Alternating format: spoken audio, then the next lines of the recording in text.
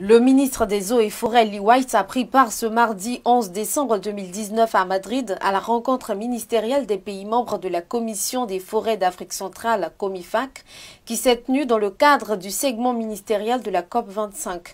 La forêt gabonaise constitue un important stock de carbone à l'échelle mondiale. Le ministre a pour cela plaidé pour une différenciation des forêts sur la base de critères de qualité tels que le stock de carbone.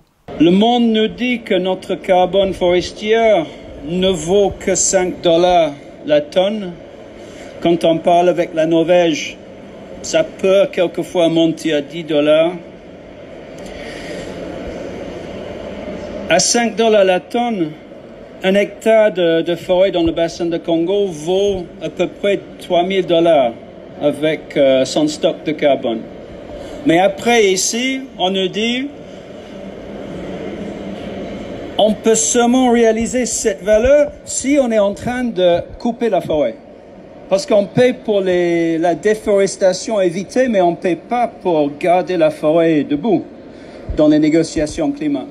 C'est des pays avec les hauts taux de déforestation qui sont payés pour freiner la déforestation. Mais le Gabon, le Congo, les pays du bassin de Congo, on ne paie pas pour garder notre stock. Et quand on dit que nos forêts séquestrent chaque année du CO2, on a dit oui, effectivement, mais ça c'est un processus naturel, donc très difficile à valoriser ces forêts.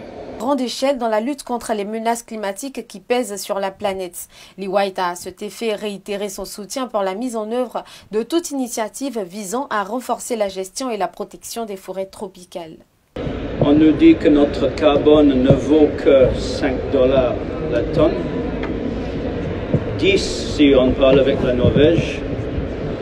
On nous dit que notre forêt donc ne vaut que 3 000 $ l'hectare, mais seulement si on est en train de le couper.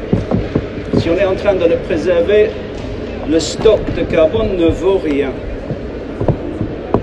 Et on va nous dire que le service écosystémique d'absorption de CO2 de nos forêts donne une valeur de 15 ou 30, si on est avec la Norvège, $ par hectare par an. C'est dérisoire, comparé à une plantation d'huile de palme, par exemple. Cette réunion qui se tient en marge de la COP25 a vu le lancement de la plateforme REDD+, registre et système de trading et crédit de carbone, avec la participation du Congo, de la RDC et du Ghana. L'objectif est de renforcer le pouvoir d'action du secteur privé et des individus à l'échelle mondiale vers la neutralité carbone tout en préservant les dernières grandes forêts tropicales.